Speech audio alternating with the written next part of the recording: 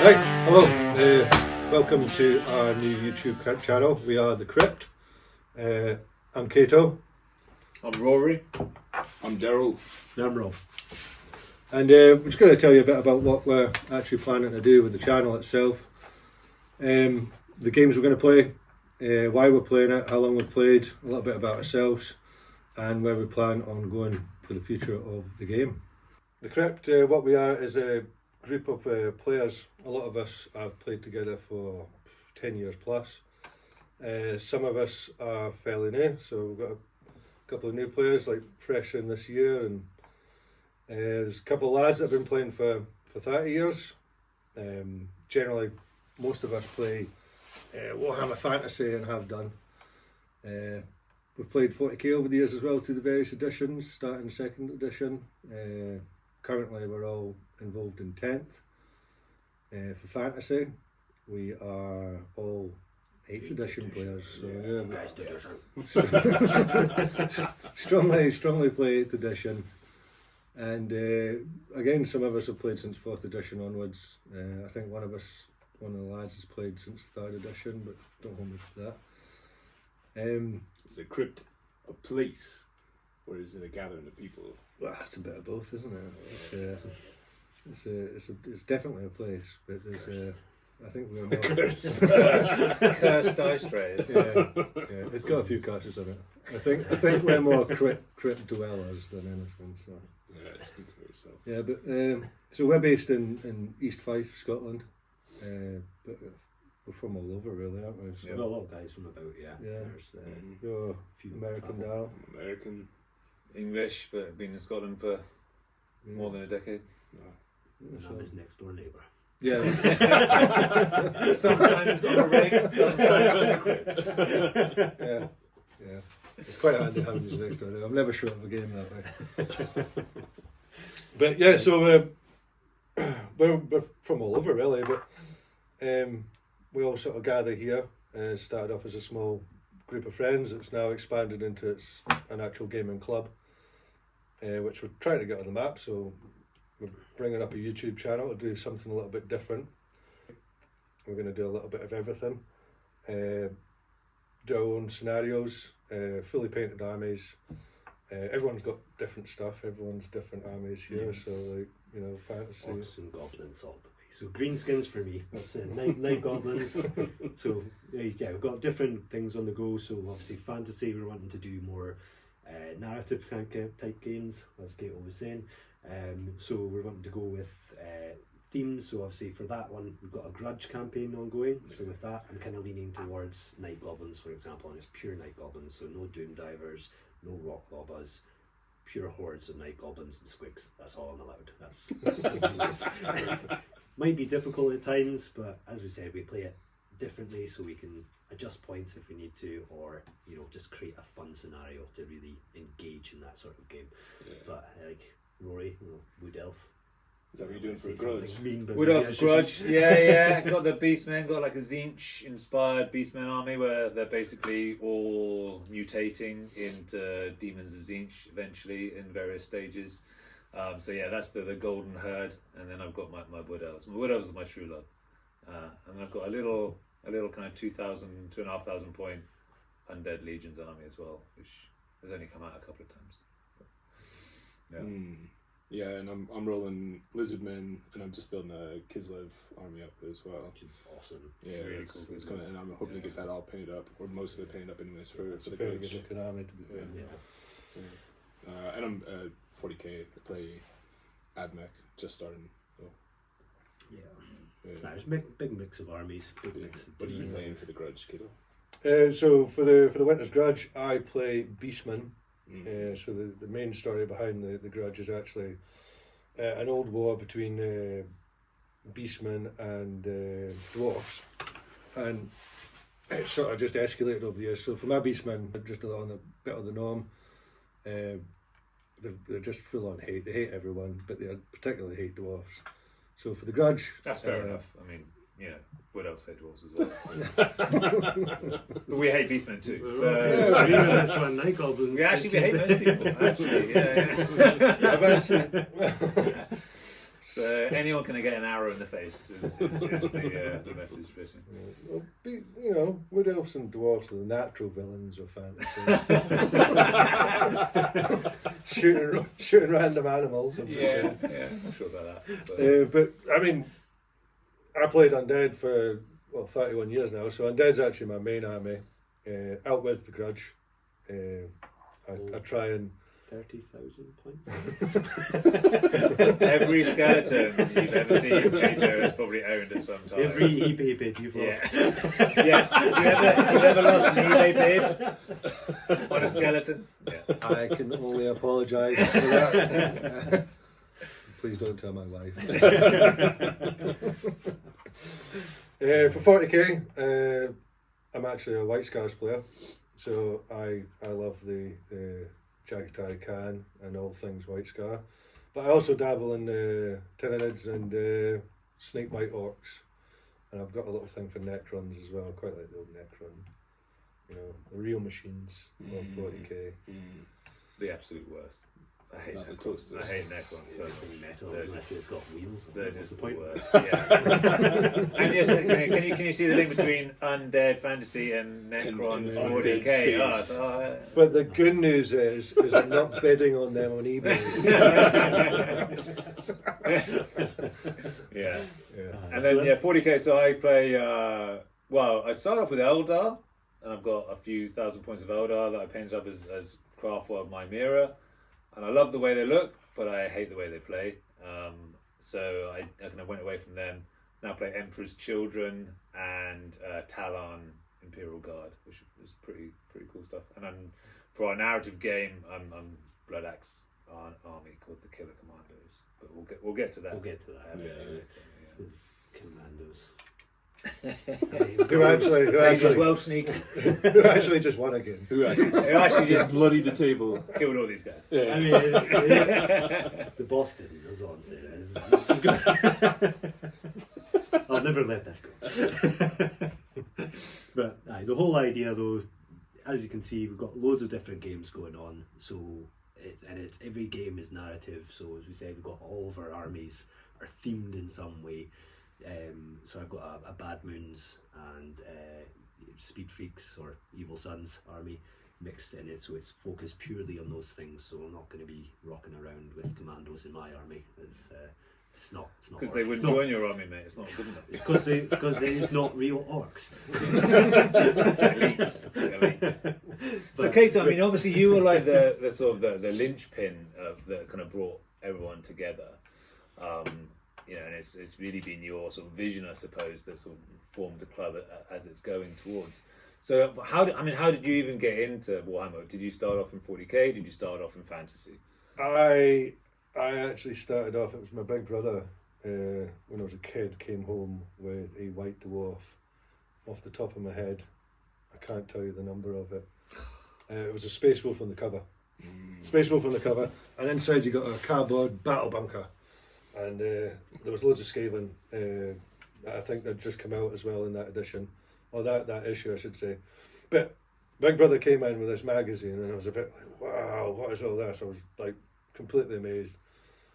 He wouldn't let me touch it, wouldn't let me read it, so I had to go and break my piggy bank open and get my mum to take me along to the shop so I could buy my own copy of this. You're just like, yeah, need this white dwarf. straight off the wall, and collected my change and went and bought this white dwarf, which I think I read to death.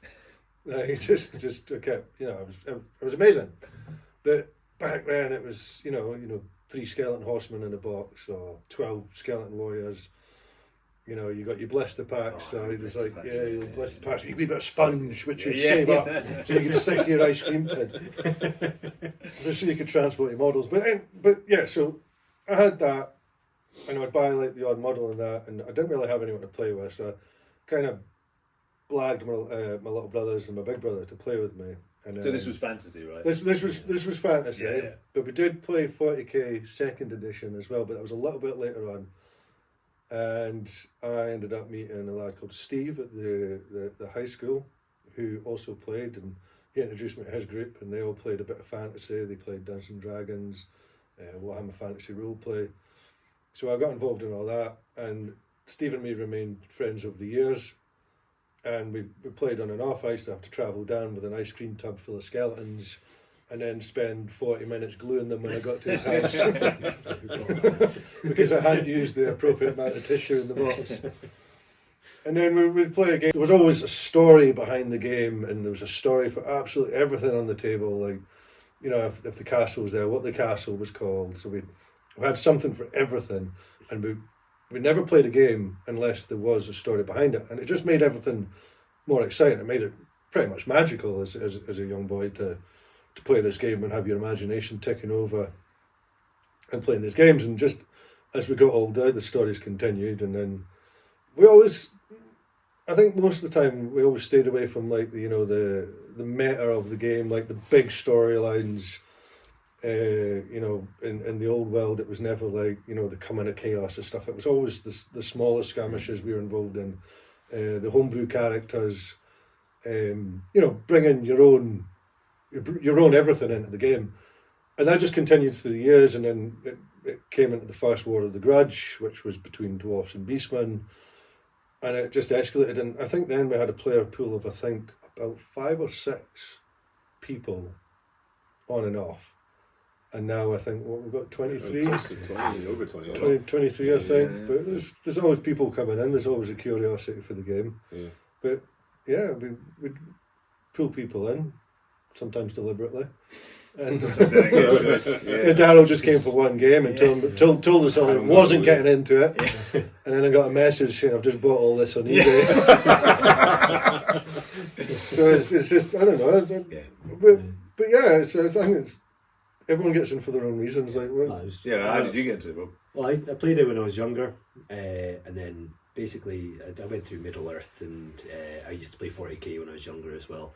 But then basically ended up, hadn't played it, hadn't picked it up all through high school. I still had a few models here and there, High Elf Army and a Tau Army randomly. And I joined the rugby club, which I had as part of the rugby club from leaving school, and end up meeting Cato at the rugby club, and I think probably a week after, I was drafted into. As soon as he heard that I had at once heard of Warhammer, I'd once played it. He was like, come down, you're gonna play a game," and I came down and I played a game with CJ, and he had his Dark Angels at the time. I was Tau versus Dark Angels, and I think most people will be happy to know that I obliterated the Fallen with hammerhead cannons. It was a good feeling. And then the High Elves came out, and then unfortunately it kind of all got out of control, and I now have too many armies to count, too many models to count, too many unpainted models. But we are working on We're that. working on it. Part of the goal of this as well is to get through that backlog. Yeah, and it's been great being able to get involved with a good bunch of people and really enjoy the game for what it is. So. Did you have it in your childhood as well? So I guess I remember distinctly. I went around to my cousin's house. I guess I was about 10, and he had Space Hulk. With the Terminators and the Gene Stealers as they were back then, right? And I was like, oh, this is cool. And I played like one game with him, but he lived a fair way away, so I didn't really see him very regularly. And then another kid at school was playing it, so yeah, I kind of got into it, and I bought the model. I guess it must have been like 4th or 5th edition starter set for fantasy. I want to say it had Empire and Orcs and Goblins. That was the starter kit. I think it was maybe 4th edition.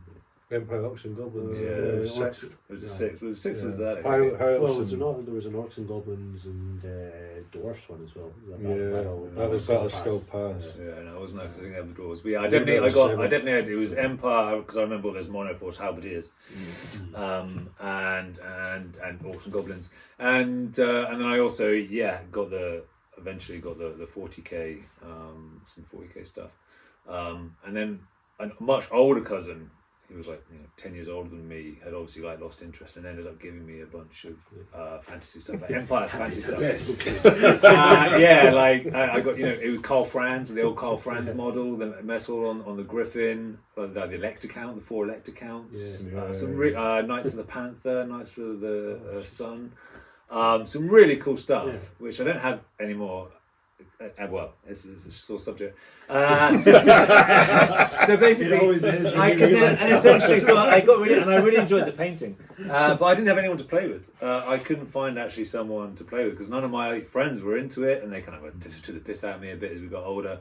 But I always enjoyed the painting, and I was also really intimidated by that rule book, the fantasy rule book particularly, and I didn't have anyone to kind of take me through it. And I don't think my local Games Workshop was the best. They were always a bit offish, they weren't very inviting, which is, you get some really good Games Workshop stores, but back in the day where I was, that wasn't necessarily the case. So a guy got to about 13, 14 and effectively just stopped the painting because I'd literally never played a game. So I'd painted it for 2-3 years and never actually played a full scale game, and so you just lost the momentum and the impetus. And then eventually gave all my models, including all this like what is now super valuable like metal, incredible sculpts. Gave everything. Old Commissar Yarrick that I painted. Anyway, to my cousins, to my youngest cousins, who I'm really actually pleased to say still play. And actually, one of my cousins is actually a competitive 40k gamer to this day. So he's actually a very, really, really good player. So that kind of got them off the ground. So that's a good story. But then so I basically didn't touch it from about the ages of 13, 14 to 36. Yeah, I think 36. Well, I had a really bad mountain biking accident and I smashed both my arms up and I couldn't do any exercise for about 6 months. And I was just really bored. I was like, sod it, I'm just going to buy some fantasy. And so it was actually Age of Sigmar, first edition just launched. So I guess this is like early 2018, and I was like, oh, what the hell is this? But I just bought some models, and I just really started painting, and I was like, oh my god, I love this stuff. And then very quickly actually got in touch with you, because I found your Facebook page, and I was like, is anyone playing Age of Sigmar? And you were like, don't mention that. We don't. Actually, that's fine. Actually. Yeah. And so I was like, oh shit, okay. And it's just been a really slippery financial slope ever since. Yeah. So 5-6 years later, now got loads of armies and really enjoy the painting, really enjoy the gaming, and actually having the community is so. I mean, it sounds a bit corny, but it's inspiring, right? Like, especially when you see other people bring their amazing painted armies, you're like, okay, well, that kind of gives you more inspiration to paint. Yeah. And then you're the kind of the last person to be sucked in, I guess. Yeah, the most recent person. Most recent. Yeah. I mean, I've only been gaming for 11 months, something like that. So our first game. But you've fallen hard. I've fallen. It's like one of the hardest thing I've ever seen. But he's also put us all to shame with him. In these 11 months, he's painted more than probably the three of us. You opened the door inside of me. No, I knew I needed it. You're only 2 weeks off rehab.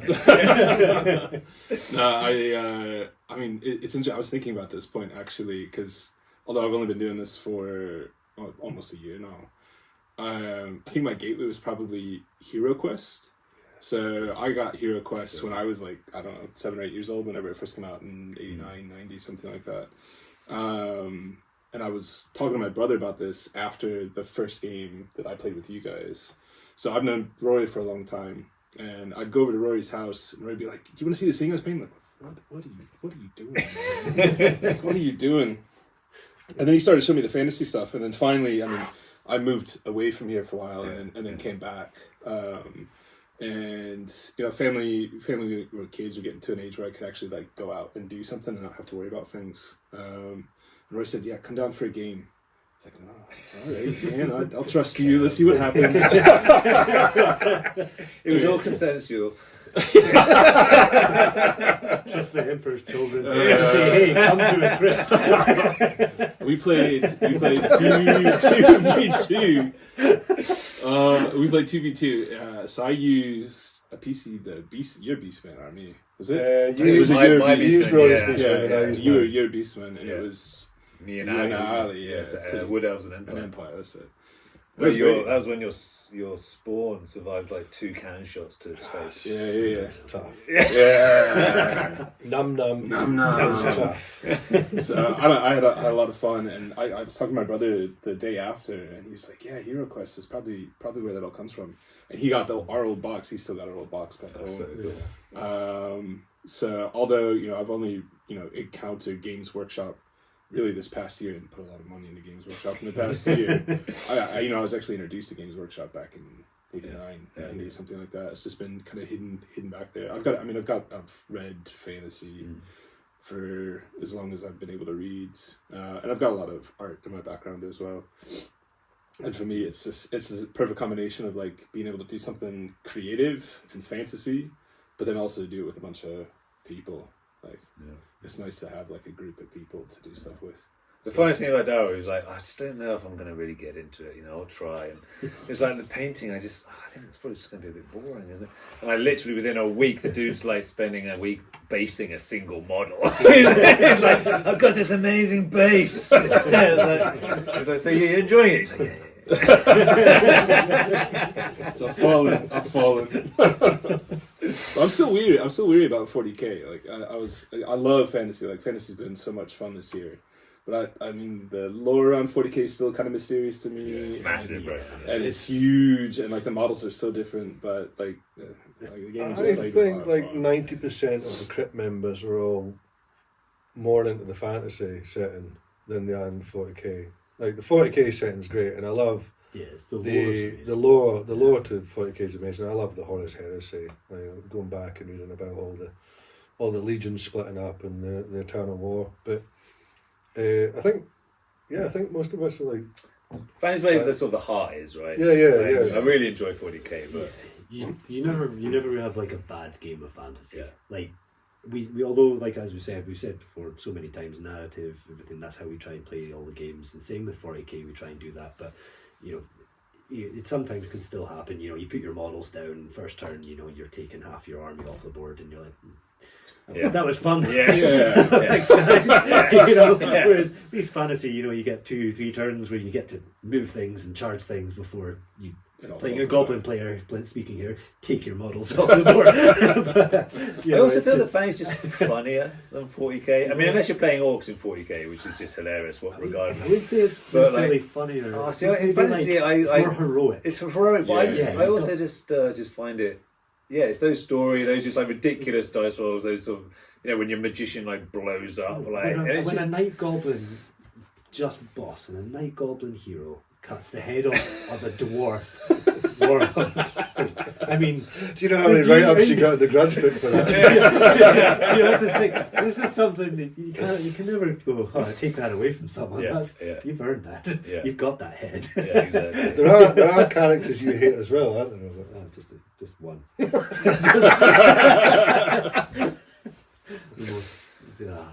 I actually don't want to say his name. Come on, I'm not saying his name. Tell the people his name.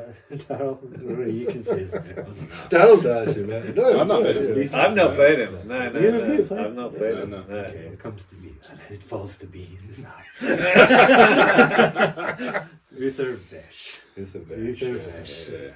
Cato's undead vampire lord, who I don't think has ever died. No, he's died. He had to die to become undead. He was just called Kevin once. And totally reinvented. He came back as a Death was the vampire. best thing that ever happened. He came back as a vampire. Cloaks were in. He was just. I don't know why I thought of minions as soon as you said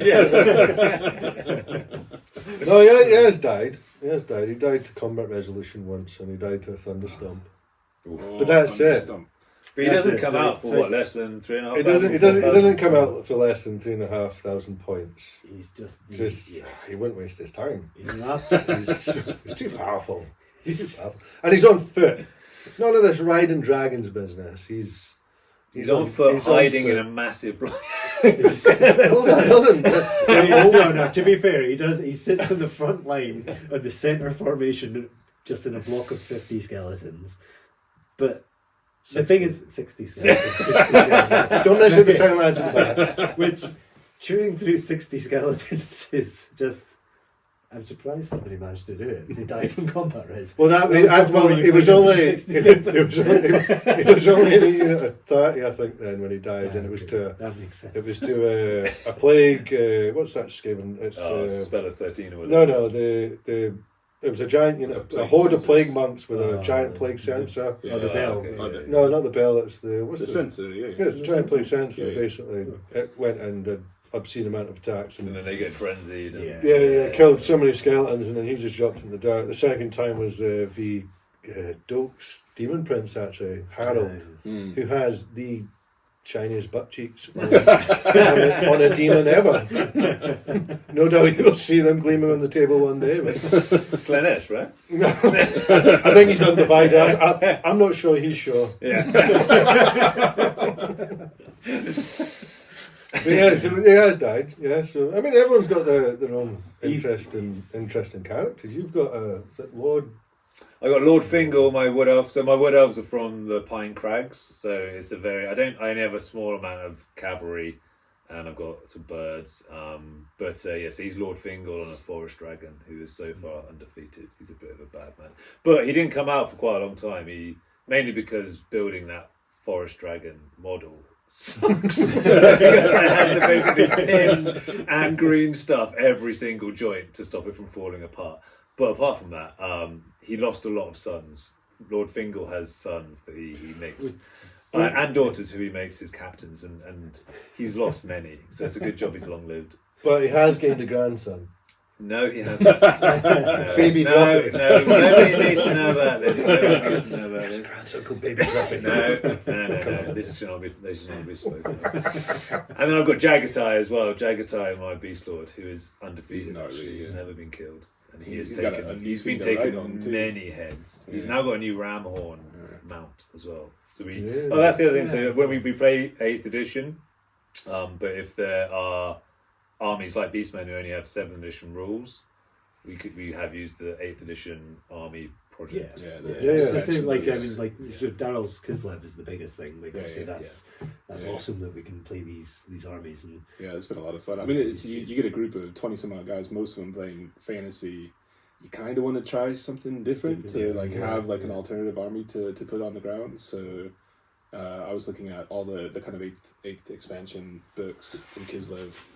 It was great because like nobody else is playing something like that. Yeah, and bears, man. And I've themed it on bears, like it's So the many cold bears. reverse. So many bears.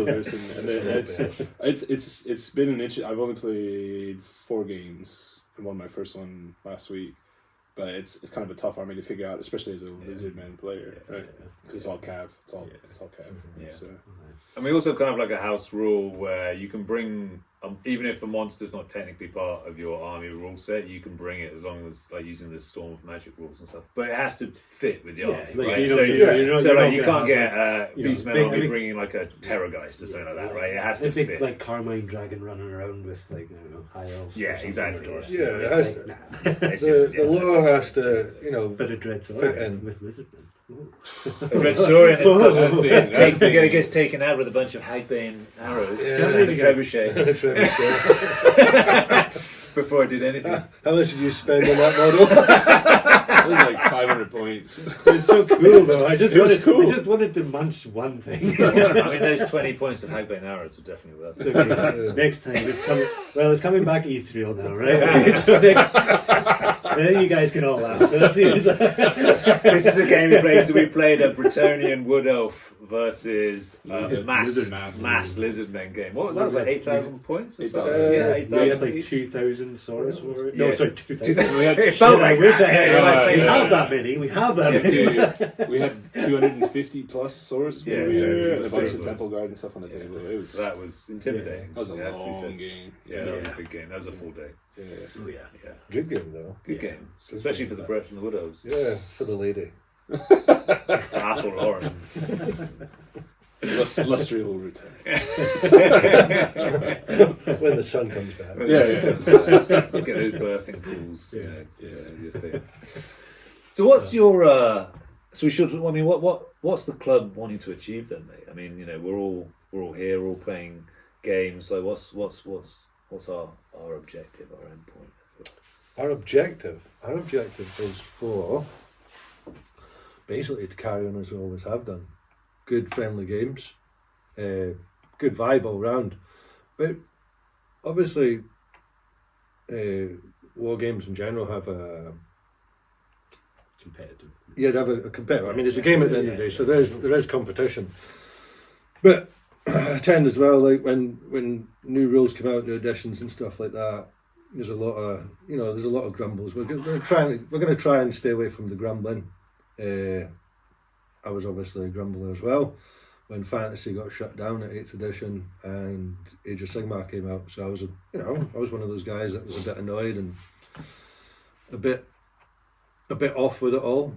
But it's its own game now, and we're going to go down a route of just being general positive about stuff, and we'll have discussions throughout different videos about the different games, different models. Age of Sigmar is obviously going to be around. They are bringing out they do actually have some really great models, which we can use in our games.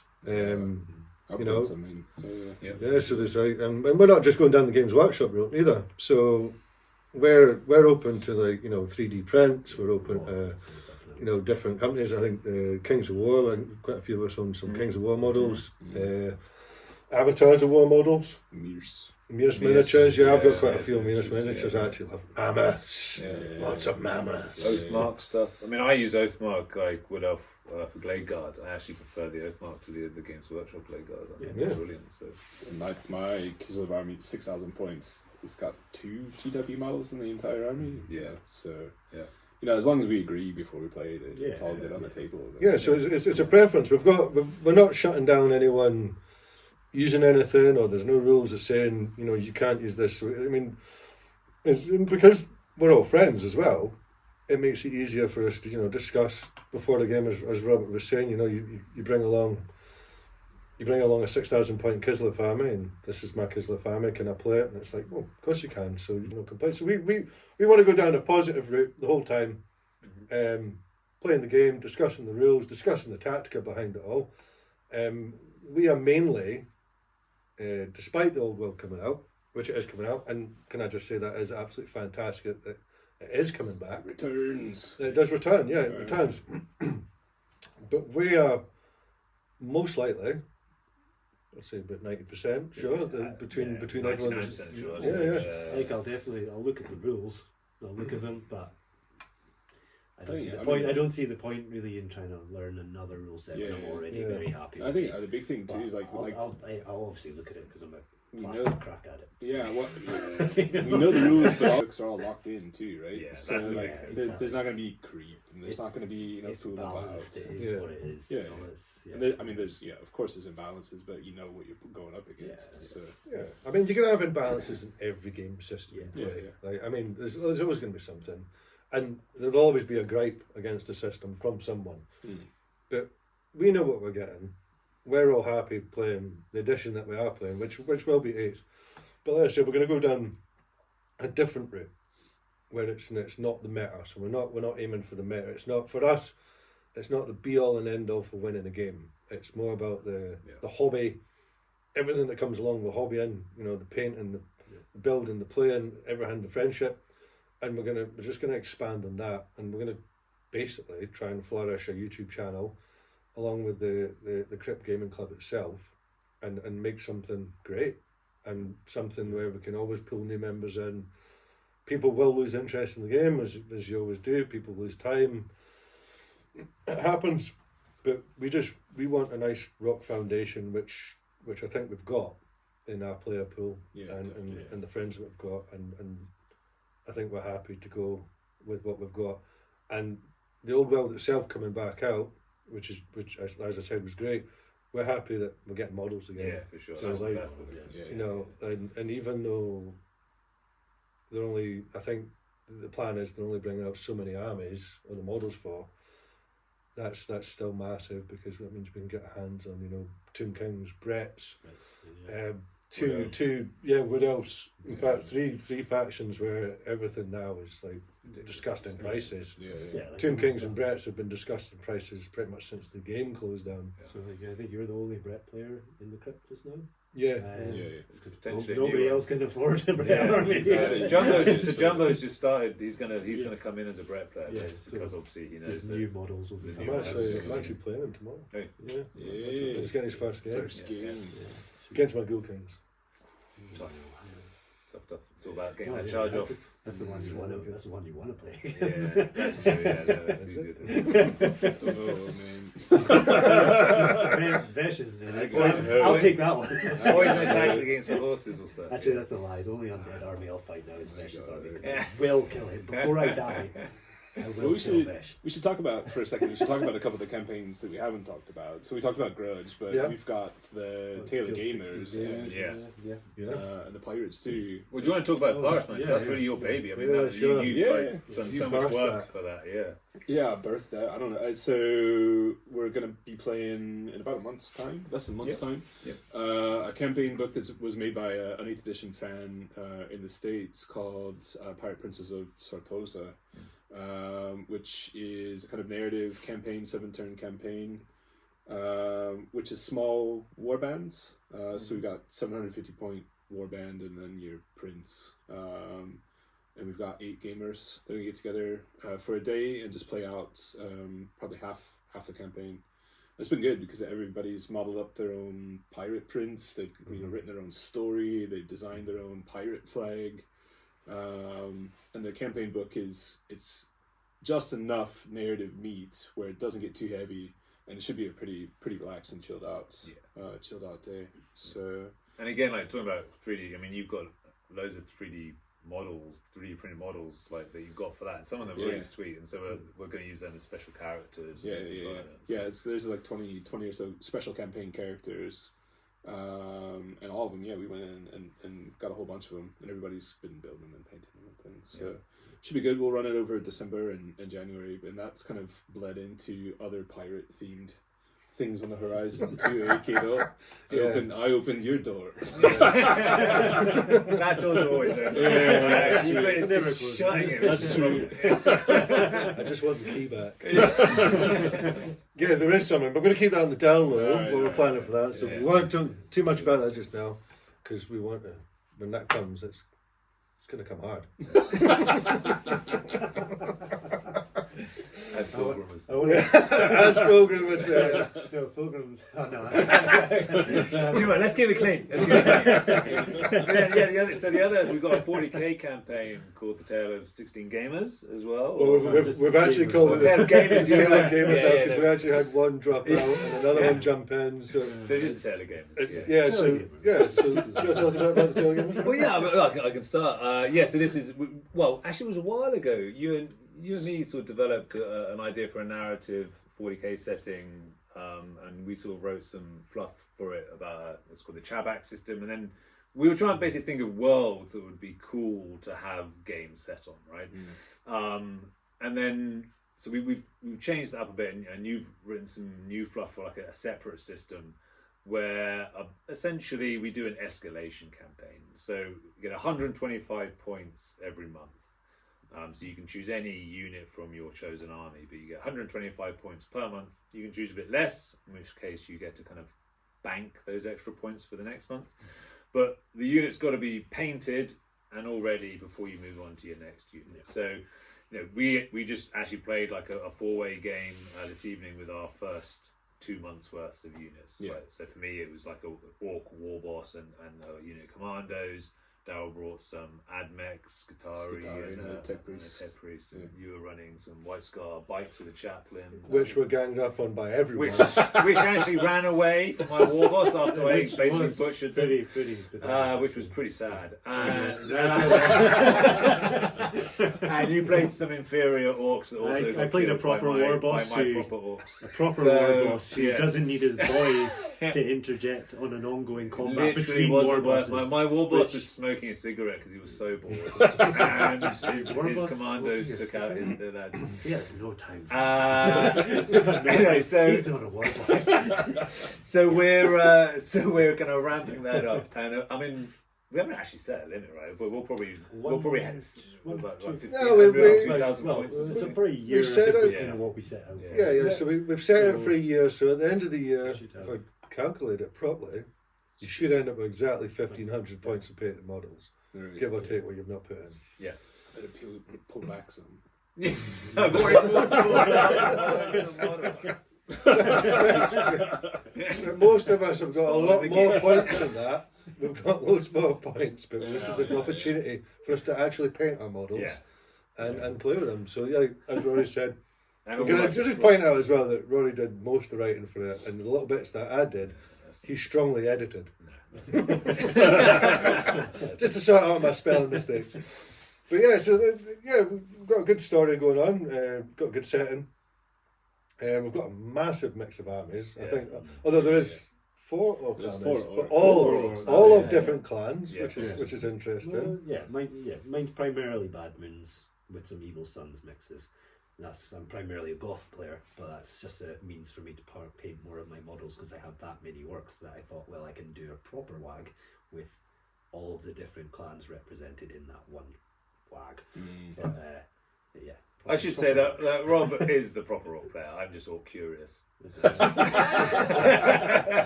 Typical Emperor's joke. Could never make us mine. I mean, I really appreciate it though, because it gives you that little impetus to like paint something, right? For sure. And for me, again, because I'm still kind of wary about 40k, but it gave me a chance to like dip my toes, and then I dived in head first now. But it just gave me that poke to like, yeah, let's try this out and see what happens. And it's not like 6,000 points of Lizardman or whatever. Also, we're not like, in the Crypt, we're not like precious about painting. Like, people bring great stuff all the time, right? And no one's gonna, if you turn up with just a plastic army, no one's gonna be like, oh, I'm not gonna play that. Yeah. But it's just about, painted armies look cooler. They look better on the table. Totally. And one of the great things about this space is that we've got amazing tabletops, we've got amazing terrain. We can make really good looking games. Yeah. And that's like we've all got a say as well. Like if somebody's wanting something really cool, like a really cool piece of terrain, we all go, hey guys, see this? And of course we've all got the same problem. Most of us are all we support each other's we do. weaknesses. It's more of a I feel we're giving the wrong support. We all seem to be stuck in the same spot. But we're there together. We're there together. We are there together. We're in that quad bar together. Yeah, absolutely. So that 40k campaign is just getting going, really. As I said, We've got everyone. I don't think, because we've got Tau, we've got Botan, we've got Orcs, we've got Chaos, Space Marines, we've got Space Marines. Niles. Votan's He's coming in the league. We don't have Tau. Do we not have Tau? Gus is doing Tau, isn't he? No, he's doing Evil Sons. Oh, I thought he was doing loads of crew and everything. Big trike and Oh no, you're right. Yeah, he's doing it. So maybe Tau is the only one, but they're the worst Jumbo race, doing so Tau? they should. No, he's doing Admech. Is it? No, he's doing Drakari. Jakari, yeah. So Harry's doing it. Yeah. So it might just be Tau, but they won't be. All Tau. I still have those things. I still quite like Tau. I think the models are awesome. I like Tau. I just it's hard to I would want an army now of them still, but I've got too many. But also, after playing as an orc for so many years, having an army where I can't just charge it into the middle of the table and then hopefully get the charge off the next turn, which I never do, or get blown away and be like, meh, it's orcs, you get more. Having a unit of Tau charge up the table and die would be quite different. You have to sit back and hold back, and it's a bit more tactical, and my mind doesn't work that way. It's because they don't offer the opportunity like Imperial Guard or Astra Militarum, where you can fix a bayonet. And that there is the just biggest solve all your weakness. solutions. They've got those breacher Solve all your squads now, problems, though. And the breacher squads are quite cool. Yeah, The but shotguns do they and have stuff. bayonets? They I don't have think so. They don't have bayonets, no. Never had that tool. Yeah. Even your war boss could take me. Oh. It's a big worse for someone who got taken out. By War Boss and was it Florkman? Do you guys want to sit together? He's just sore because he's going to have to bend his knee to my war boss. It's never going to happen. That wasn't even a real War Boss. That was my underling. But I think like having those, having those different styles. That's what I look for in armies. Like in fantasy, I played beastmen and wood elves, so you couldn't really get more. I guess maybe dwarves, but that's still shooting and stuff. So, like one, I like the beastmen because it's just like charge. Right, so you don't have to think about it too much. Whereas wood elves, you're like, I've got to position them exactly right, and where in 40k, like that's why I really enjoy starting with yours because I play Astra Militarum, which is very shooty, right, and then Chaos Marines are pretty strong all round, and then the Wolves are just like charge. It's just fun. It's just funny. You can't. You never have a bad game. No. You don't. I kind of like that. Different. I know it's the same with you, right? Like Lizardmen and Kislev, but you could way super different. different Yeah, armies. way different. Yeah. Everyone plays, like, if there are duplicates of armies, and I know I was saying, like, everyone has various builds in there, but everyone plays them differently as well. It's not, I don't think there's anyone in the Crypt that plays an army the same as, like, Rory, you've got Undead, I've got Undead, and we don't ever play them the same. It's like, it's different, like, how you respond across the table, the That's because combinations. you're playing them really well. I'm playing them really bad. That's actually not true. That's actually not true. But I just mean, like, like Lizardmen, there's quite a few Lizardmen players, and everyone plays them differently. They all have different combinations, and it's not like there's no one here that just goes like, this is the meta. This is we need 3 Death Dreads or whatever, or 3 Stegodons. It's just like everyone's got a different. The thing newest guy in the door, he was playing Woodies against you, and his army looks completely different. It looked like it played completely different as well. Yeah. I mean, that's awesome, to see kind of different sides of the same army. Yeah, he really went with like the spirits, so like loads of dryads, loads of tree men, loads of tree kin. Whereas I got a small unit of dryads and a tree man, but most of mine are like Glade Guard.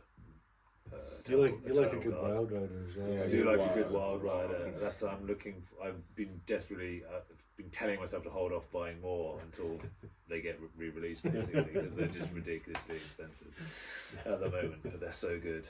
Glass cannons, but they're so good. And they're charging. And they just look awesome as well. So. Especially the way you've painted them, actually, as well. That's glowing. Yeah, it's amazing. It's quite nice. The last thing you see. Glowing psychotic elf. The last thing that 40 Swords Warriors saw in the side. Yeah, that was first introduction to Wild Riders, were them decimating a massive unit of a unit of 10 into a unit of 40 Swords Warriors. On the flank. Which was beautiful. beautiful. The Goblins won our grudge match. Only by taking the tower, though. Yeah, you took the tower. Yeah, that's right. With like a massive, they just pick all the squigs and the squigs in the tower. It was the squigs in the tower. I've never played that scenario again. But that's not shit. The table in the corner, and it was the tower. We got watchtower. Yeah. And like you were just like focused on everything else. Everything else on the table, whereas my squigs just went in, and you got like tied up by other smaller units, which you decimated. Yeah. But I think it was actually no, you had the tower at the beginning, but the squigs took it on the last. Yeah, time. I didn't really get because I'd never played a tower scenario before, so I just put like 10 Glade Guard in there, which was like the worst decision because I should have put I had like a massive unit of Eternal Guard that I could have stuck in there, which definitely would have been the wise choice. I'm still getting my mind around defensive squigs. Because I was just like, oh, what? You can they just took like the tower on the last turn. I think that's the only reason. I didn't really get it. I was like, oh, it's a tower. I put archers up there. Obviously, I can shoot down and stuff. The squigs attacked it, and then like on the last turn, they finally ate the last of the Glade. Like, oh, last turn. Yeah, I know. That's a lucky win. Not really deserved, I don't think. Yeah. That's how every goblin wins. Yeah, exactly. You got to take it. I got my revenge. When we played, and I brought my ambushes in behind you, and there was about 15 fanatics. Fanatics. It was like, it doesn't really work when you don't have any skirmishers or flyers. That's fanatics. Yeah. problem. That was good. That was glorious. And you kept attacking yourself. That was brilliant. I love playing goblins. They're fun. They're just fun.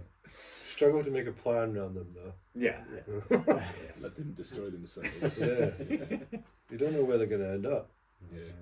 Yeah, so you will see us more often and very soon. We'll get more content out and we'll start getting some battle reports up. Battle reps, painting updates. Painting updates, a little bit of tactical as well, and just general chit chats as we go on. Yeah. And talk a little bit about the Crypt. But for now, thanks very much, and we'll see you again soon. Cheers.